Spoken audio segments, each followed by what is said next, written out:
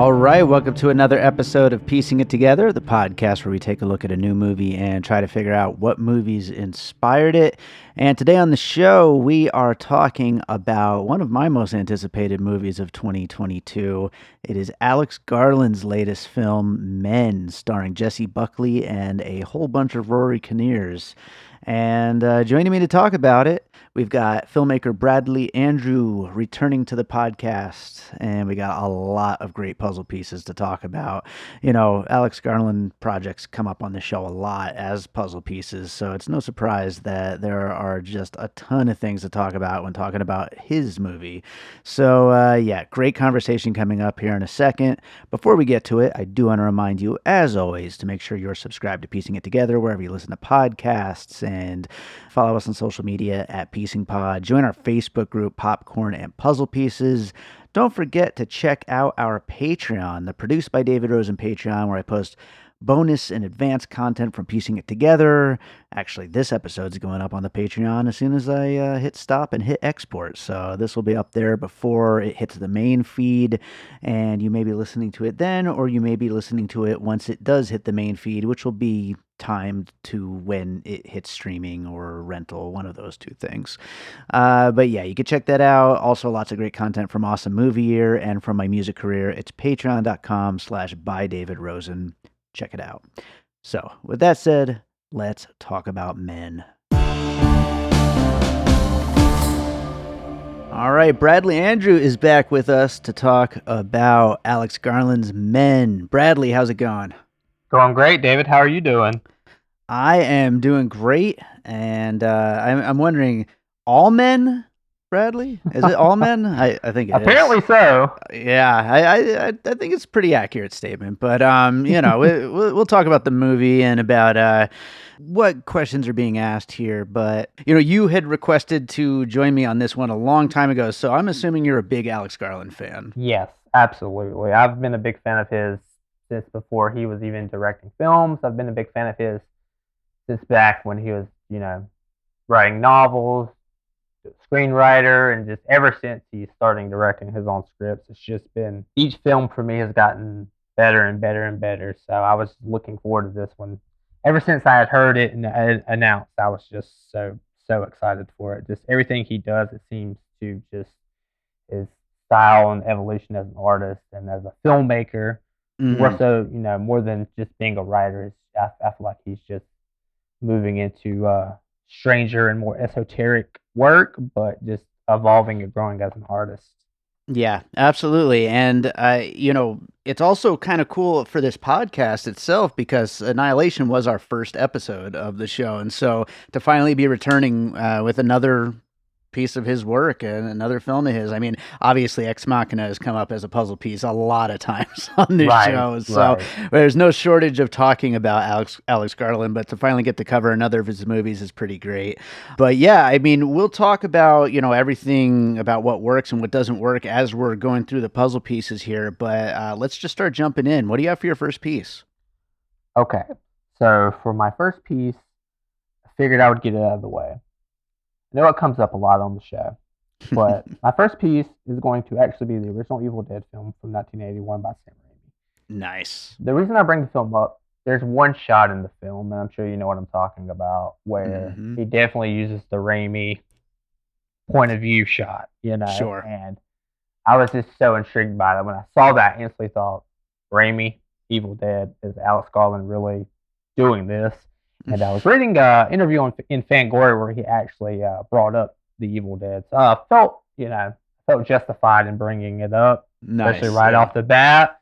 I'm wearing my Book of the Dead T-shirt, so I felt right away had to bring it up. And that one shot. And I just remember in the interview, Alex Garland is going, "This shot feels very familiar.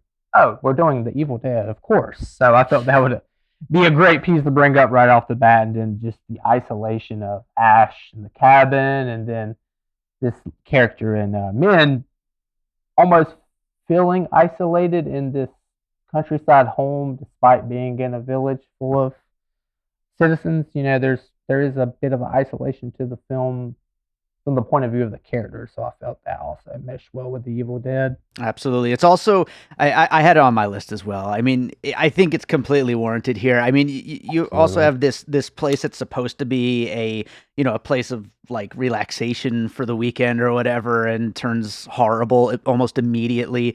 Another parallel, as soon as they're going over the bridge, you like kind of realize like there's no way she's going to be able to leave this place. Like Right. this There's is no turning back. yeah, there's just somehow she's not going to be able to leave, and whether that's going to be supernatural or from people that are going to actually just stop her, there's going to be no way out of this situation. And so, yeah, you get just a lot of Evil Dead there. But yeah, absolutely with the shots and there's so much of that there. So I'm glad you brought it up, so I didn't have to. But certainly on my list as well. So It was great that we both had it on there. I had to just bring it up first to get it out of the way. It's absolutely. Absolutely. So I'll go to another piece then, and I'm going to go with Jordan Peele's Us. okay. A different kind of home invasion type of thriller with something more supernatural on its mind, something that is happening but is weird and kind of unexplainable. There's a lot of visual cues here that none of this is like, it's not like the old, oh, she was crazy or something like that, or like she's imagining it. Like there are things like, spoiler alert, but we'll get right to the ending here where we find out that, the sister is arriving and she's about to find out everything that happened. And we know that everything that we just saw unfold really did basically happen in the world of the movie. It's not like in her head. So it's like a real event, but it's just super weird and crazy. Right. And it's like taken to this totally different, over the top, insane level. And also plays with a lot of things that current like home automation, like controlled lights and security systems and all those kind of things that Jordan Peele really expertly played with in that movie. Even though I didn't think Us was super successful as an overall story, I think it really worked as far as like playing with those things that we all have in our home and using that to up the terror factor of everything going on.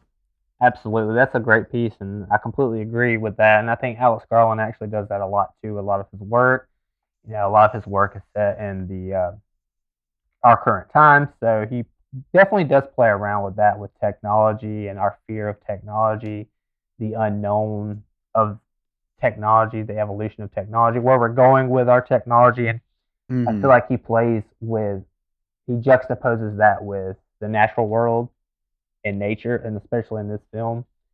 And it doesn't, it's not as prominent in this film. I mean, I think the only piece of technology we really see maybe is a cell phone, but it definitely features a lot in his work. And I think there's definitely an anxiety in his work about technology and social media and all these types of things, where we're heading in our future. And I think he has a lot of anxiety about that. I think he's neutral on a lot of it. I've heard him say that all of these technological tools are neutral. It's about the user, and whether that be person or supernatural force, whatever it may be, artificial intelligence. It's definitely something that comes up a lot in his work. So I think that's a great piece to have, honestly.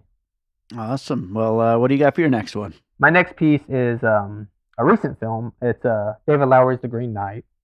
Okay. And the reason I specifically bring this piece up is the Green Man mythology, which is a character throughout mythology that the Green Knight is sort of a reference to, and the esoteric symbols that we see throughout the film, they really referenced a lot of that same type of mythology, and especially towards the end with the character that is supposedly stalking her throughout the film. I feel like that's a direct reference to the Green Man, and it just ties directly into the Green Knight. I thought that they had a lot of similar ideas about kind of mythology and folklore, that type of thing.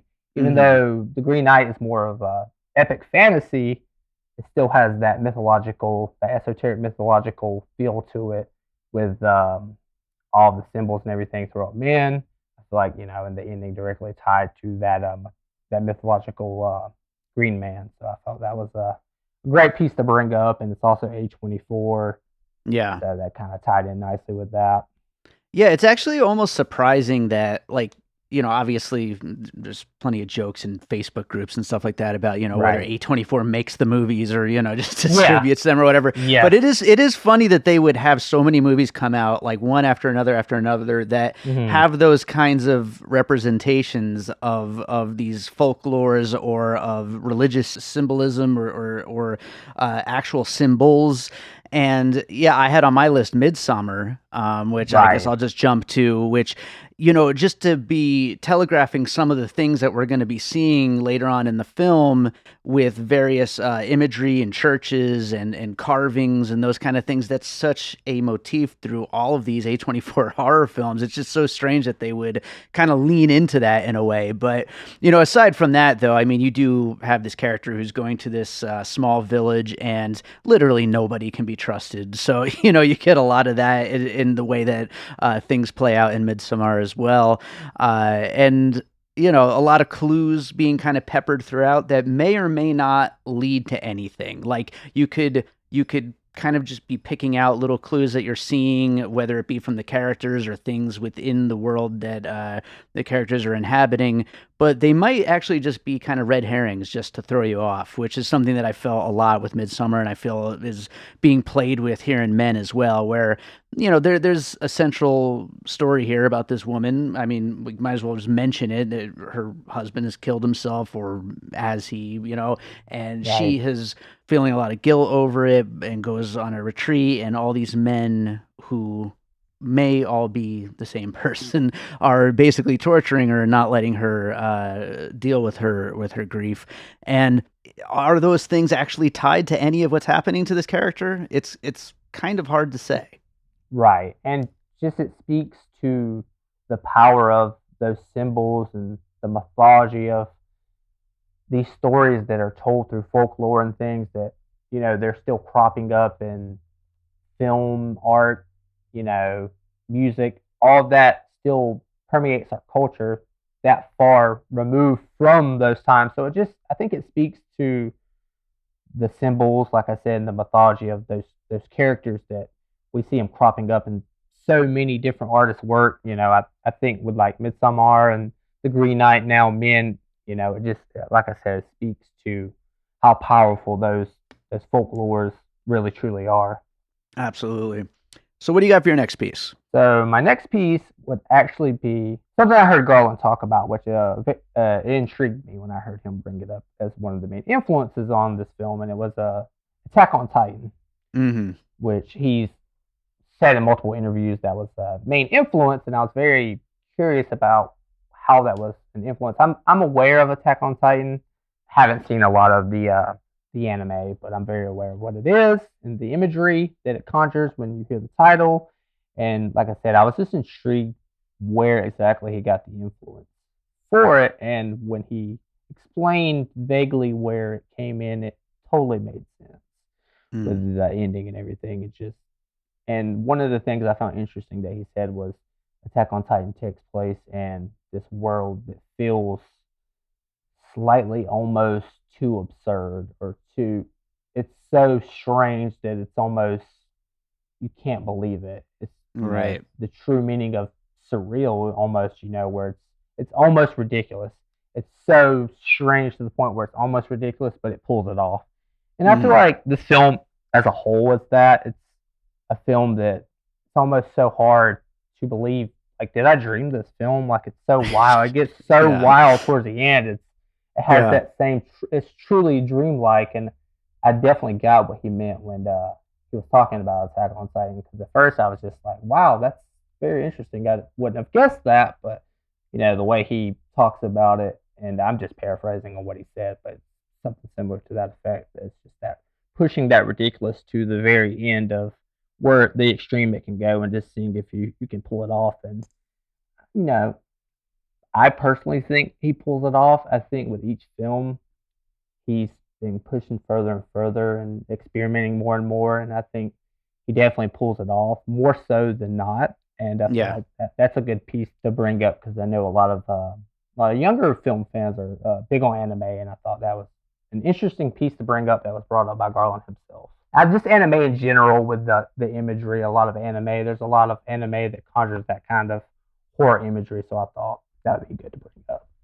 Yeah, and I've seen him mention it, and I haven't actually watched any of Attack on Titan either. But speaking to those reasonings that you brought up for probably why he's bringing up Attack on Titan as an influence, I don't know if you saw my Letterboxd review of this, but I mentioned that I feel like he took the end of Annihilation and was like, I want to sidestep into horror. Like, how can I get to an ending as insane as that, but that's more horror than sci-fi, and kind of reverse engineer his way back from there.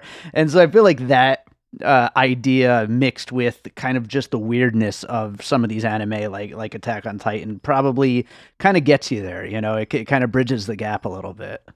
Yeah, just that nightmarish imagery of seeing something that you can't believe is real, and just it is. That then like in Attack on Titan, and I've seen, I'm not sure how many there are, but they have a live action Attack on Titan films, and it also ties back into the Green Knight with the giants, the scene with the giants. It all ties together right there with this imagery you're seeing, and you just can't believe what you're seeing. I definitely felt that through Men all the way through. Yeah, absolutely. And speaking of that insane imagery, we might as well bring it up. In the conclusion of this film, the men, which, as we mentioned, are all played by Rory Kinnar and all look similar, just little different, touches to each one of these people, they start birthing one another. And it's like this insane sequence through the last 30 minutes of the movie, and just really over the top, gory, just crazy creature effects.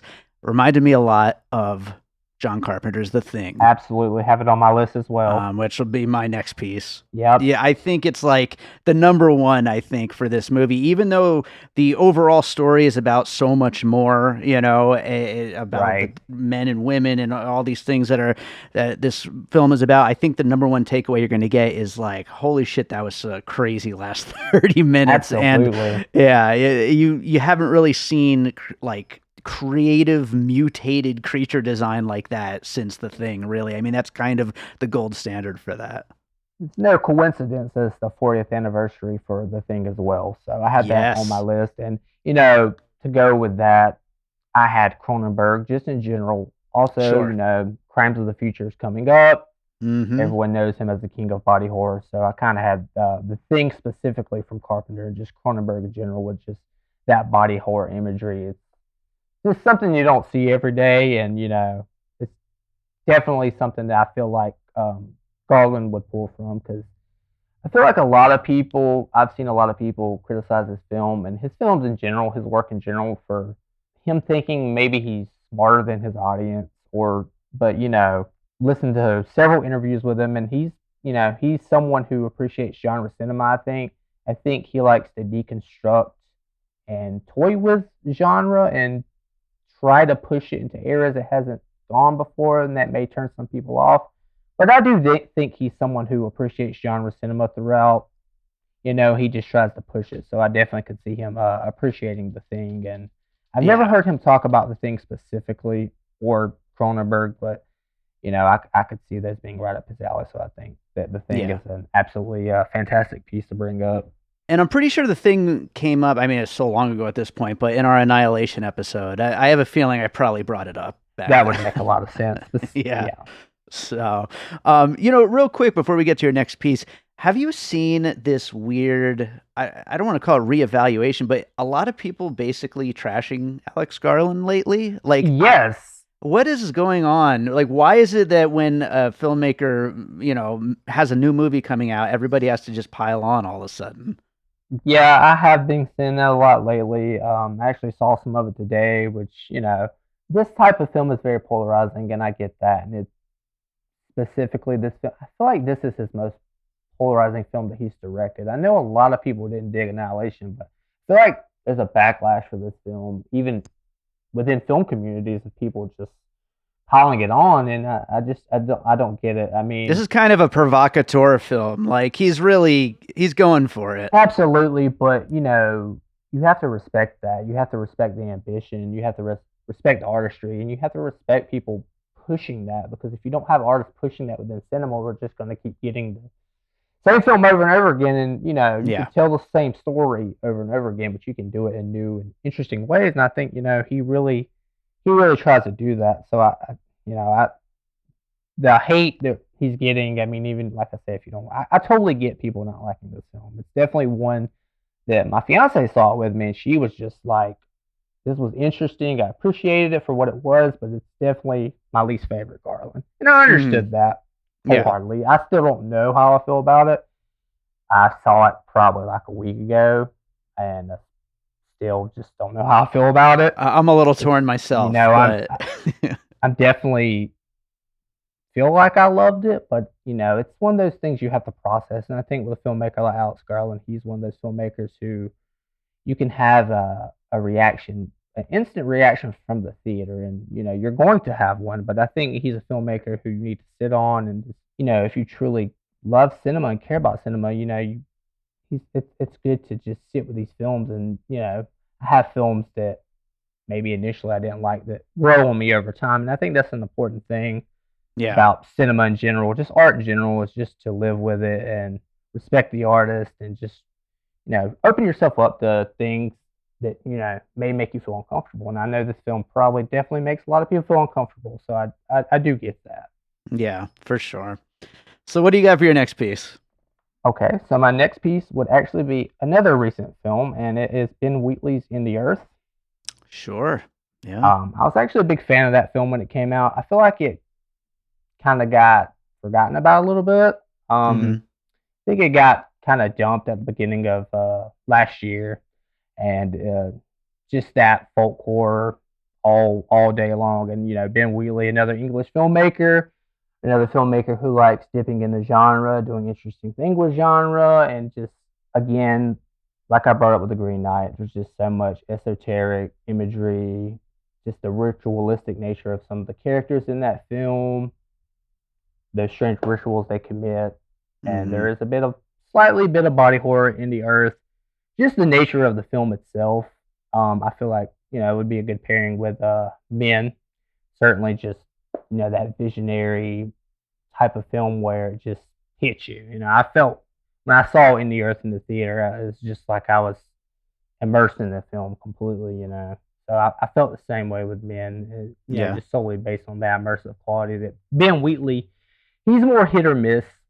With me, I like pretty much all of his stuff. I don't love everything he makes like I do with Garland, but I do feel like he's a filmmaker in that same vein that every time he comes out with a film, I'm always there day one to see it. I'm always Yeah. interested to see what he's doing, even though I think he's shooting like the Meg 2 right now, which I'm very interested to see. But Weird yeah, he's another choice. one of those guys that just he seems to hop around a little more within genre. I feel like Garland sticks to sci-fi and horror. I mean, he's done Mhm. other things. He's with Dread, you have a bit of action movie there. Never Let Me Go. You have a drama. But yeah, I thought In the Earth would be a great piece just for that surrealist folk horror imagery and just uncompromising vision of Ben Wheatley. I think that goes nicely with someone like Alex Garland. Yeah, that's a great piece. I hadn't thought of it, but now that you bring it up, I would also connect it with the really inventive, weird sound design and score. Absolutely. Clint Mansell did all kinds of insane things with that score, like sampling the sounds of plants and shit like that. And Yeah.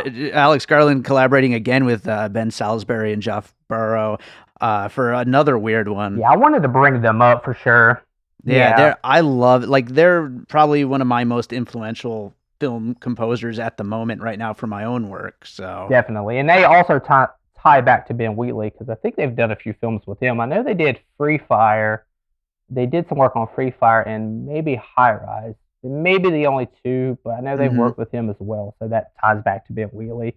Yeah, and I completely agree. And it also ties, I believe they scored a Black Mirror episode, Mm. which Rory Kadir, he's a lot of people know him from Black Mirror as well. I actually wasn't too familiar with him because I've never seen Penny Dreadful, but I heard it's great. But I did recognize him from, of course, Black Mirror, so I think that ties back nicely to that as well with Jeff Barrow and Sid Salisbury. So Nice. Well, when you brought up The Evil Dead, I could have jumped right to my other most puzzle pieced movie on this show and bring up Darren Aronofsky's Mother. But I figured I'd give the listeners a little break, but I'll do it now instead. So it's on my list as well. Yeah, it kind of has to be. I mean, for a movie like this that's so just weird, and then in the last 30 minutes just goes complete batshit. But also, kind of a twist on the home invasion horror subgenre, also filled with religious symbolism. Of course, Mother has a lot more because that's kind of the whole point. But here we get little bits and pieces of it, like the Garden of Eden, Adam and Eve kind of stuff, the apple and all that. So there's little bits of it and the stuff that happens at the church. But yeah, overall though, just the feel of the movie of just going from weird to holy shit, over the top weird. Yeah, it has that anxiety-inducing feeling when you're in the theater. And Mother was a touchstone film I had seen a few people mention before I went into the film, so I was, expecting that. And yeah, I almost had an anxiety attack when I saw Mother back in 2017. Like, I was just on the edge of my, like, that. I'm a big fan of that film. I'm a big defender of that film. Yeah. And I went in with those expectations. I wasn't as bothered by Men as I was by Mother, but it's definitely on that same level of, it just gives you so much anxiety in the theater. And yeah, all the thematic pieces, add up and everything as well. So yeah, it's just that honorary piece that you got to bring up. And yeah, specifically for this film, it's the film I saw mentioned the most when people were trying to describe Men by using other films. I saw Mother brought up almost every time. So definitely one you have to throw in there for sure. I think so too. So what do you got for your next piece? So my next piece is actually specifically based on the soundtrack. And ever since I saw the film, I've been listening to the soundtrack pretty much on repeat, which is what I do commonly with those guys, especially when they work with Alex Garland. So the piece I wanted to bring up is Cairo. It's a Japanese horror film from 2001. Okay. It's widely known as Pulse in America. It was actually remade, like I said, specifically just for the soundtrack. Cairo is actually a ghost film set in Japan, of course. And it does have ties to technology and just how, the film may come off as dated to some people because it's kind of at the beginning of the internet boom in the early 2000s. I think it's a very effective horror film still because it deals with the afterlife and technology and how we evolve as humans alongside technology and basically what the afterlife will look like with technology around and how we kind of come accustomed to technology evolving alongside humans. And it's just a lot about isolation. So there are some themes within the film that tie to Men, I feel like, but mostly it's just that soundtrack. It just has that nightmarish quality with there's like there's a lot of voices in both soundtracks.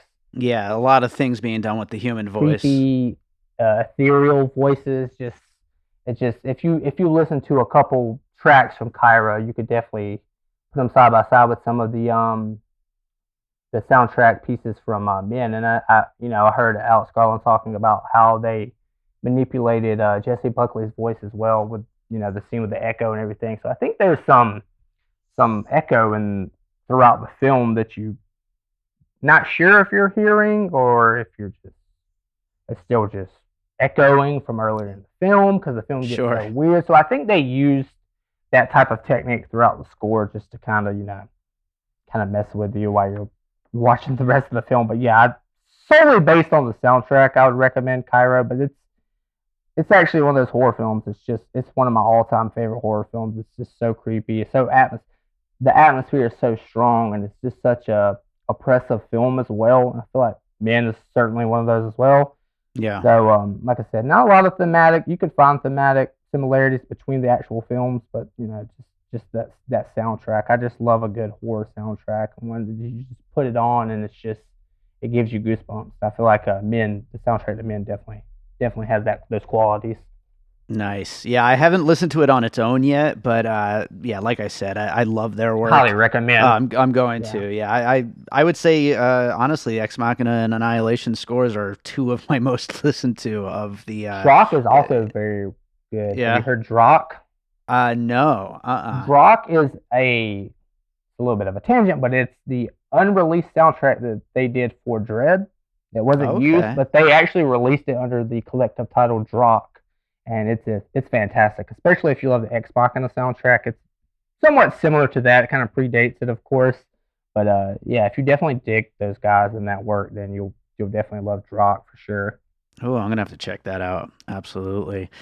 Well, I'll go to another piece, and back to the main storyline with Jesse Buckley's character having just experienced this trauma, now kind of being tortured by these, I guess, manifestations of men that are weird, but there, but not real feeling, but it's all kind of just happening to her.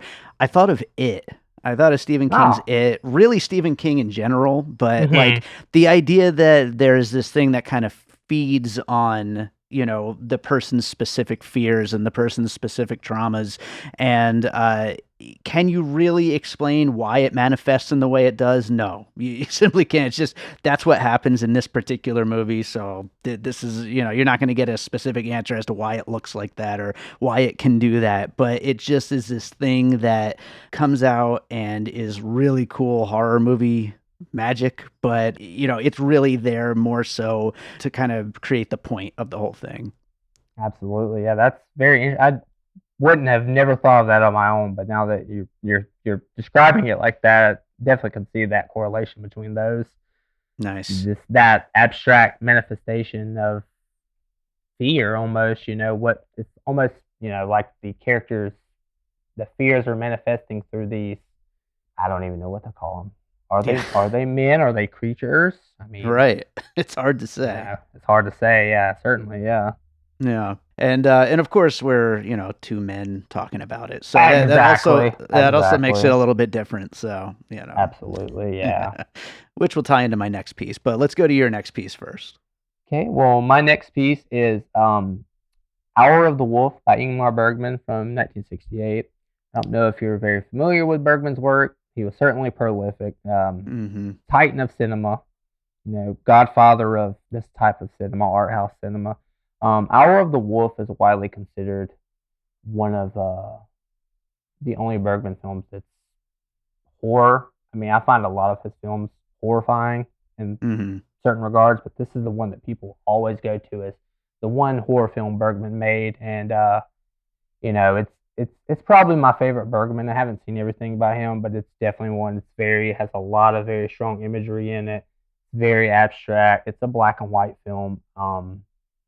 It's it has a lot of the similar things about it's about an artist couple who isolate to this uh place in Sweden. It's definitely an experience. It's one of these films where they isolate to this house similarly, and all this weird stuff just starts happening out of nowhere to them, and it just builds and builds and builds and builds and builds until it just gets to just insanity, and it just Yeah. me and certainly was giving me those vibes, and I feel like Garland is someone, like I said, who is a student of genre cinema, but he's also someone who studies.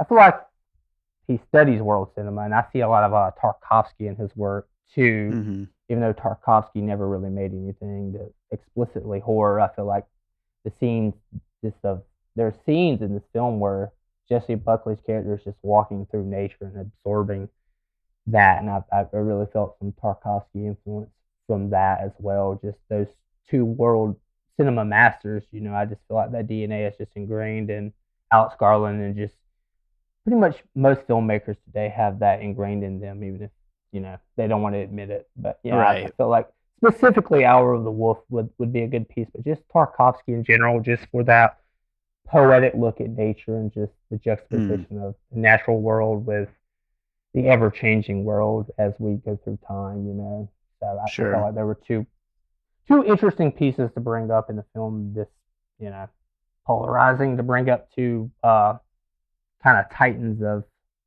not only cinema but world cinema. So I thought that would be Sure. interesting to kind of. Yeah. Are you familiar with Hour of the Wolf?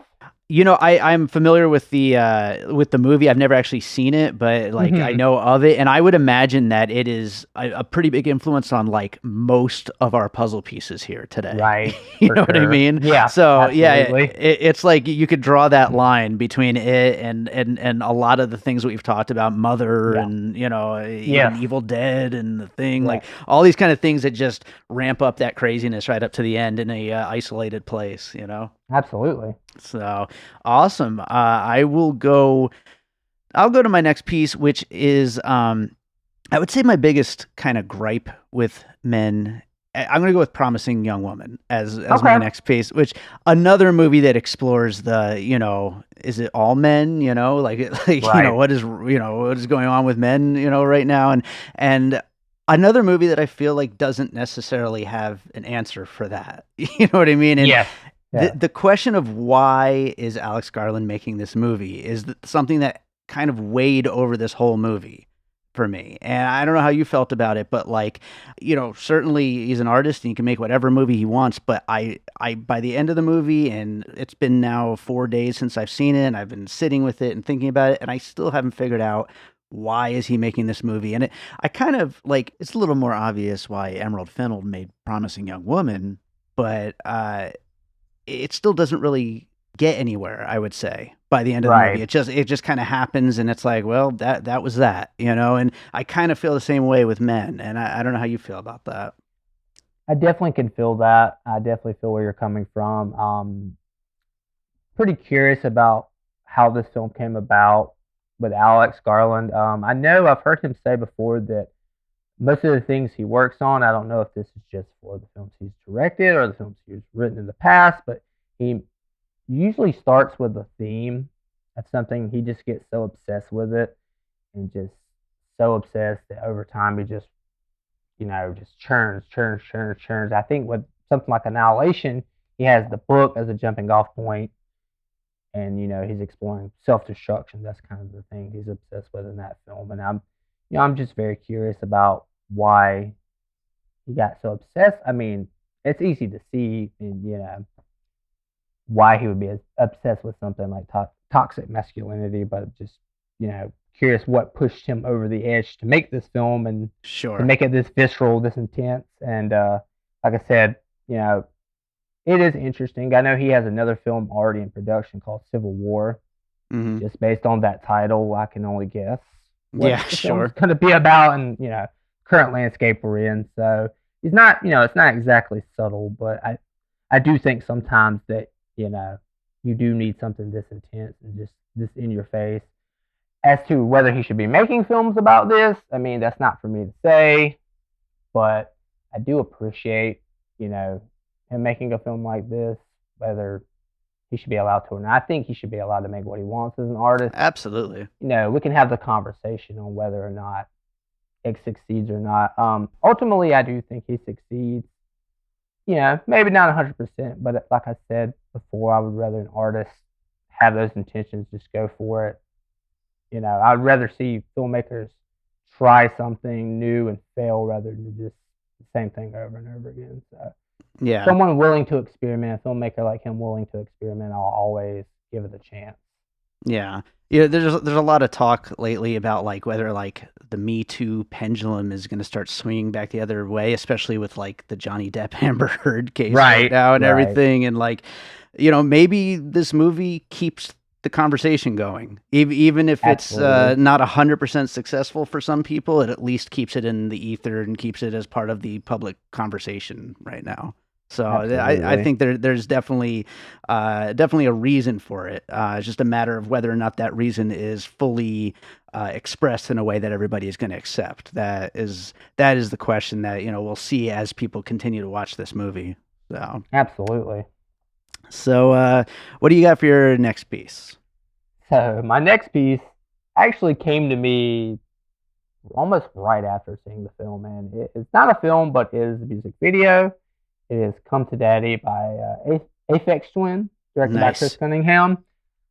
Pretty obvious why I chose that, as the whole uncanny valley-ness of Rory Kinnar's face on a child's body. That's Sure. just that nightmare fuel, just straight up reminded me of that specific music video. Just Chris Cunningham in general too, with his nightmarish imagery. He's always a guy I always would like to see more, like a feature film from him. I always loved his work in music video and just some of the design work he did and everything. And he's one of those guys that I feel like Garland, he has such a singular, strange vision that, it's such a shame that he hasn't done more. I just, would love to see him do more and just that specific music video, just the energy of that, the creepiness, the uncanny valley of those children's face on a grown person's body. It's just, there's something inherently creepy about that, and just that's one of the things that stuck with me in this film is just that kid, with that face. I was like, oh my God,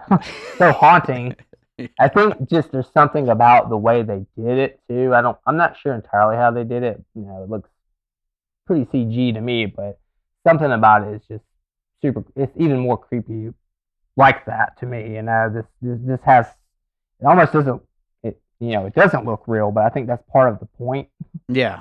Yeah, I mean, it is, I think, left for you to question whether or not all these people really do look the same, or if it's just kind of how she's seeing them all. And so, yeah, that definitely fits there. But yeah, I only have one other piece, and it's kind of more of a jokey piece. It could have went along with Midsommar earlier, but we're in this small British town full of weird British people. I thought of Hot Fuzz.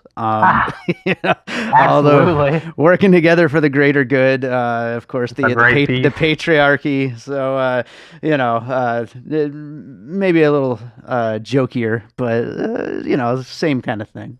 Yeah, and, I had heard a conversation between Alex Garland and Edgar Wright. I think it was back in 2014, 2015. I think Edgar was interviewing him about Ex Machina. I can't seem to find the interview anymore. It was like an audio interview, and they talked about lots of great things. I think they talked about Walter Hill and Garland's love for people like Walter Hill, which I can definitely see in his work. Yeah. And, it was a fantastic conversation. So that ties in nicely there with Edgar Wright. Nice. Right. Well, do you have any other pieces you wanted to bring up? I do. I have a few I could run through. There's one specifically that I'd like to give more time to. Not a lot of time, but it's actually a novella by Don DeLillo called The Body Artist.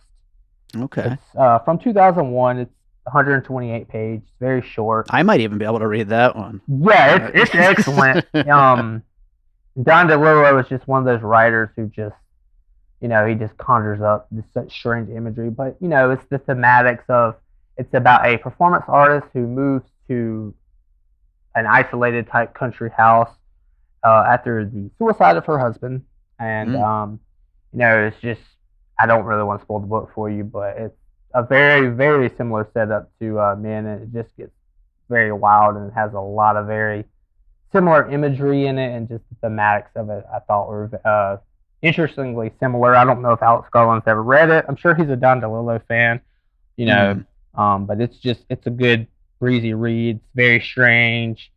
Don DeLillo's a great writer. I'm a big fan of his. I know one of his novels, White Noise, which is one of his more famous novels, is actually being adapted right now by Noah Baumbach. So hoping we get some more adaptations of his work out there. But he's one of those great American writers who just, his work, I think it may translate as well. I think there is a adaptation of The Body Artist. I feel like it's a French film. I feel like there's a French adaptation. I've never seen it, but it's definitely one that I would recommend checking out if you like this type of thing. You like Alex Garland, and it ties very well into the themes and imagery of this film particularly.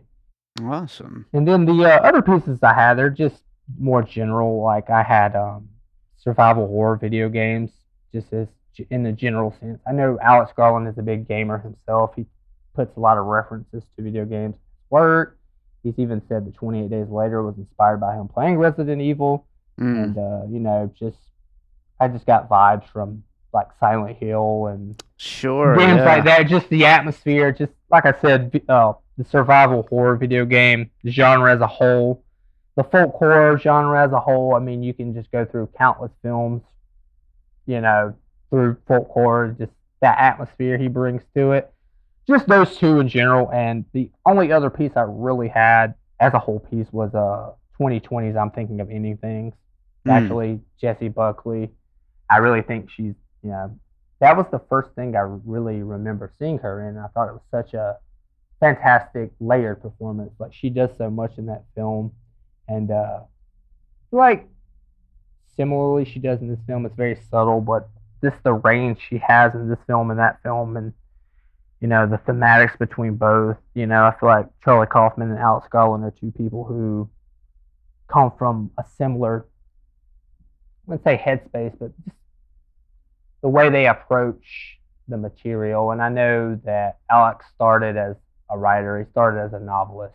I think Charlie started as a screenwriter before he moved into directing. So I think that's an interesting correlation between these two guys who started as writers and moved into directing, and they both direct these, you know, surrealist, just head scratchers. You know what I mean? And you could also Sure. connect Anomalisa to it as well with Tom Noonan's character in Anomalisa, where he basically voices every character in the film outside of David Thewlis and Jennifer Jason Leigh. So it's kind of a reverse Anomalisa.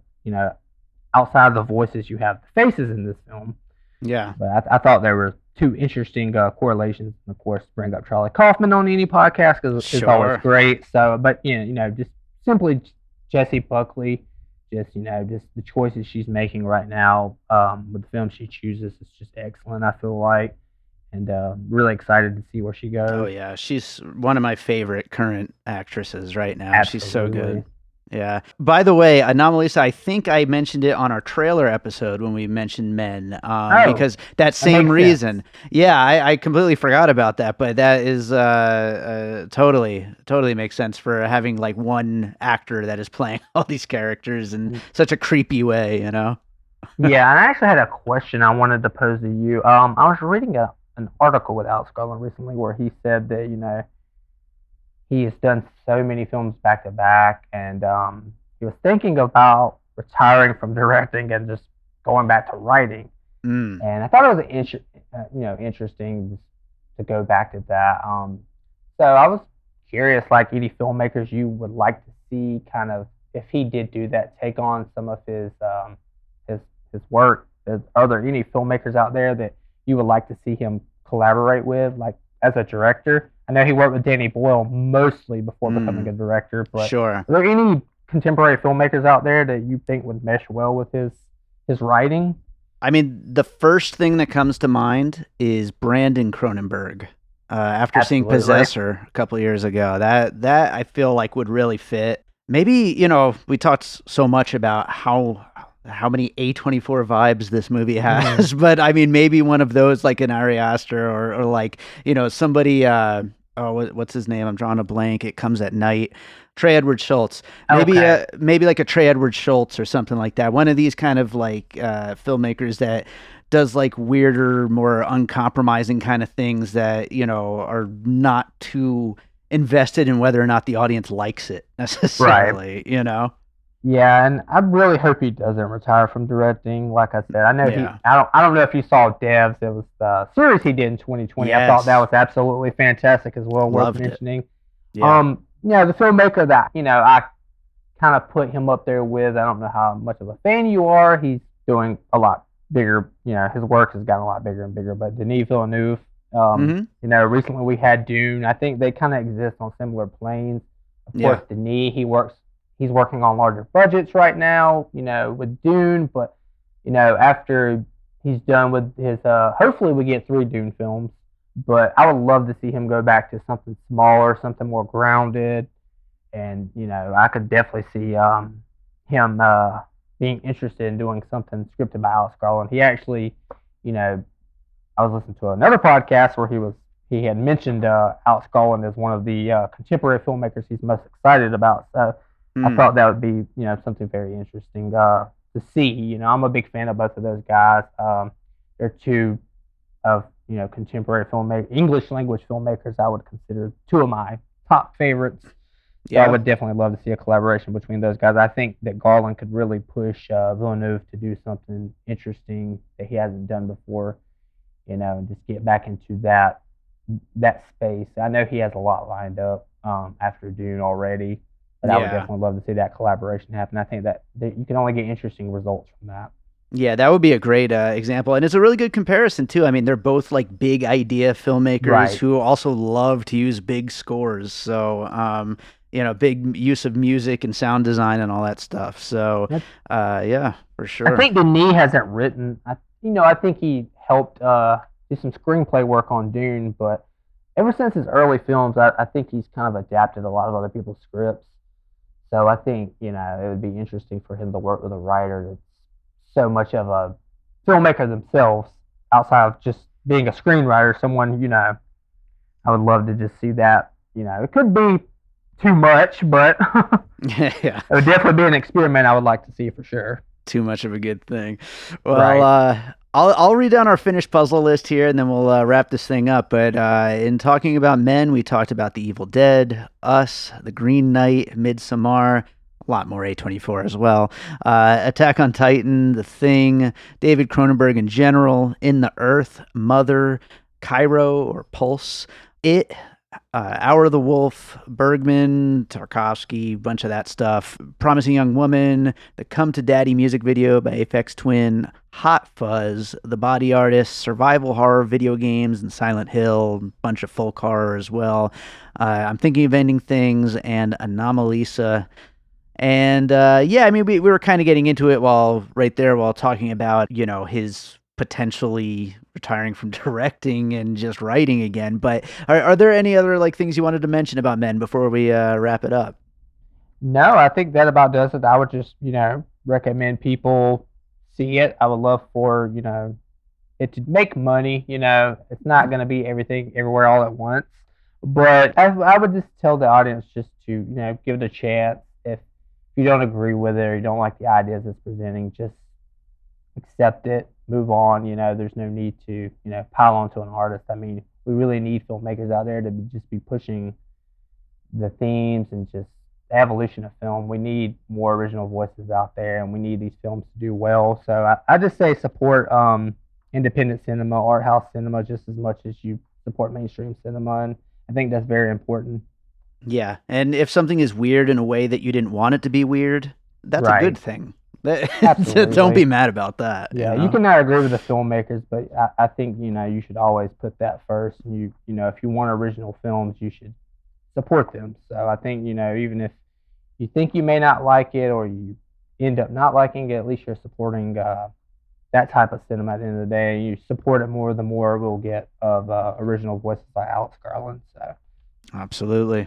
Well, Bradley, is there another movie you watched recently you'd like to recommend to our listeners? So specifically, there is a excellent documentary on Shudder. It's a history of folk horror, Woodlands Dark and Days Bewitched. It's on I Shudder. I heard believe that's that's the great. title. Yeah. Yeah, it's the documentary on folk horror, the evolution of it throughout cinema and just literature and everything. It's fantastic. So I thought that would tie nicely into Men for sure. Yeah, that's on my watch list. I really want to watch that. It looks really cool, and especially with how much of this, like, we're just getting such a wave of things influenced by the whole folk horror movement, and Yeah. so it seems like something worth watching, especially for someone like me who makes a podcast about what things are inspired by. So Definitely a great companion piece to a lot of those films. I would, if you're a fan of that type of thing, I would definitely recommend it. And you may see some films on there you've never seen. It may introduce you to some older films that are worth your time. It's always good to have a show like this where someone can bring up a piece from a film maybe no one's ever heard of, or an obscure film from the past. Maybe connecting something like a Bergman film to this film could get someone to dive into Bergman, and they may find their next favorite film. yeah, Hour of the Wolf is moving to the top of my list after today's conversation, so I've got to watch that soon. I think you'll definitely enjoy it if you like the type of intensity that Men is. I think you'll be able to appreciate it for sure. Awesome. Well, Bradley, why don't you tell people again where they can find you and all your work? I am on all social media. Probably the easiest thing to do is just find me on Facebook. I'm in the Popcorn and Puzzle Pieces group. You can find me there under my name, Bradley Andrew. All the links to my other social media, Letterboxd, Instagram, Twitter, on my Facebook. You can also follow Refuge Films on Facebook. That's a production company I'm involved with. We just released a feature not too long ago. They're working well with us doing the festival circuit. currently, and I did some editing and sound work on that film. It was directed by a best friend of mine, Stephen Adam Rinkovich. I'm also currently writing a comic series. I'm looking for a publisher right now, but I'm currently still working on that. It's called Virtual Graveyard.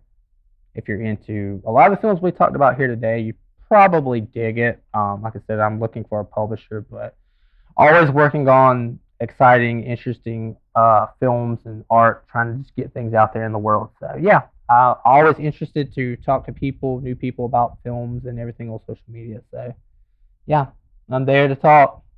Awesome. Well, Bradley, hopefully we'll get you back again sometime to talk about another movie. Hope so. Hope so. This was great. Hey there, classmates. Tune in to Middle Class Film Class every Monday and Wednesday for weekly movie news, streaming picks, and one deep dive review. The Batman trailer. There was a teaser, there was a trailer 1, trailer 2, final trailer. I don't know if it's the same one. How many trailers do we need exactly? Leave an email or a voicemail to join in the discussion. Bullshit artist. Yeah, buddy. That's right. You're going full Danzig. That's right, I am. My trans You penis have no is power over me.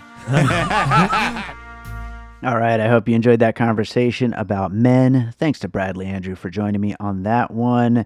And thank you to you for listening to that one. If you're enjoying what we do here on Piecing It Together, of course, make sure you're subscribed wherever it is that you're listening. But also, if there happens to be a 5-star button, we'd appreciate it if you'd hit that 5-star button and maybe leave us a little review. You could do that on Apple Podcasts, Spotify, Good Pods, Podchaser, and probably a bunch of other apps, but those are kind of the big ones that, everybody knows to leave reviews on, and yeah, we'd really appreciate it if you did that. You could also follow us on social media at Piecing Pod, join our Facebook group, Popcorn and Puzzle Pieces, where we continue the conversation about all the movies we talk about here on the show, and I told you at the top of the show about our Patreon, the Produced by David Rosen Patreon. I'm just going to remind you, I won't do the whole spiel. I'm just going to say, if you really want to support what we're doing here, sign up. It's patreon.com/bydavidrosen.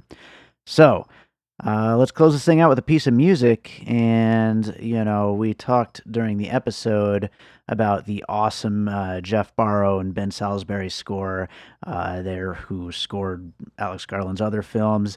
I've mentioned many times over the years about how big of an influence they are on my work, and last year I released a film score called the Dissection Table, which their work is specifically an influence on that soundtrack that I made, and the film, as I've discussed before, never actually came out, unfortunately, but the soundtrack is available to listen to. It's on iTunes and Spotify and all those places, and you can check out the whole soundtrack on all the streaming services and on my website, bydavidrosen.com.